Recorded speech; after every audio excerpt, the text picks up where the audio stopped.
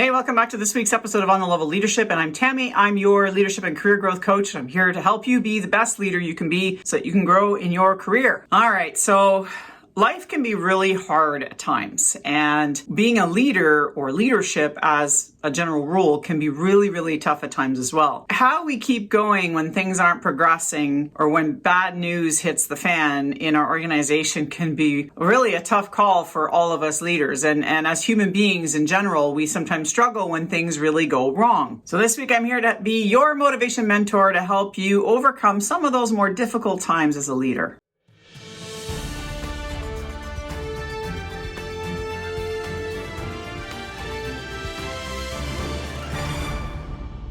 All right, let's jump right into this. So you know and I know that life is not smooth, and it most certainly is not linear, and we all go through really tough times, whether it's as a person individually or as a leader in an organization. Those days are going to happen. You're going to have days when an employee quits on you, a star talent leaves the office, or when your initiative or what you've proposed completely fails or bombs, and now your boss and your senior management's all pissed off with you. Or maybe you've been asked to fire or lay off a bunch of people. Or maybe it's an individual issue where you didn't get the promotion, or maybe you didn't get the job that you were hoping to get. Those days can be really hard. And as leaders, it can be particularly difficult to pick yourself back up for a number of reasons. And while those reasons might be aplenty, the reality is our egos take a hit when we don't get the job, when we're not promoted, when an employee leaves our team, when things don't go the way we want them to go. Our egos can get really flustered by that. So then what's next? The first thing you want to do is give yourself space. And this is much easier said than done. But the first thing you need to do is be kind to yourself in this space. So if you've done everything to manage, you assessed all the risks, you try to mitigate the risks, and shit still didn't go well, guess what?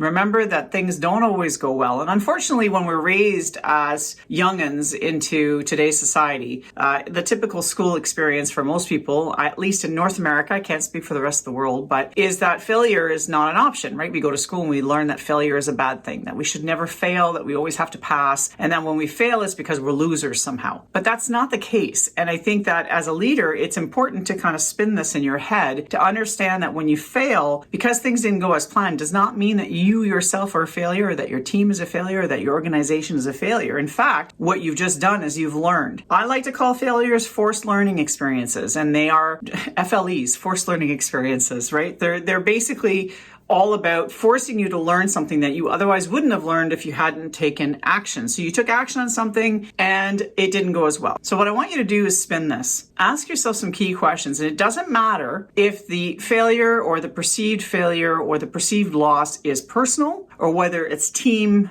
oriented as the leader of that team. Ask yourself, what did you or your team learn from the experience? What did you learn about yourself? What did you learn about your values? What did you learn about the organization? Did you learn about alignment of those values and whether they're misaligned in some way, shape, or form? What did the experience teach you about resilience or capacity or capability or gaps in those capabilities that you might need to address to ensure that these kinds of things don't happen going forward? And how do you course correct? What are the kinds of things that you can do as an individual or as a team to effectively learn from those issues so that strategically you are now in a better position to succeed in the future on something similar? And although this is sort of bleeding into another area that I want to talk about later in the video, I do want you to be kind with yourself and with your team. So, allowing folks to kind of feel the emotions of what that situation triggered. So it doesn't mean you go around losing your cool and being an ass with everybody, but what it really means is that you need to sort of take time to give yourself the space you need to be able to move forward emotionally, psychologically, or even physically. So go for a drive, go for a walk, go work out really hard if that helps you. Go talk to a mentor and flesh things out and maybe talk things out with them to see how you might do things differently in the future. Talk to a friend, a coach, whatever you have in your purview that can help you to kind of figure out how do you course correct and move forward. And then really look at how you need to help yourself manage those emotions. Maybe you need to call a therapist if things are really, really bad for you. So just kind of look at how do you give yourself space and then leverage those activities to do just that. The other piece is staying connected. Now, staying connected is all about connecting with both layers. If you are in a team environment, your senior management as well as the staff that report to you. The senior management from the perspective of whatever you learned from the experience, they're going to give you probably follow-up tasks, actions, expectations are going to be clearly articulated to you in some way. So you're going to need to be aware of that. And also, if there's any moving pieces in what has happened, you want to be aware of what may be coming down the pike so that you and your team can prepare, so you're not taken by surprise and that bad things can be kind of mitigated going forward. You also want to stay connected to your team because, again, they're going to be reacting and responsive to what is happening.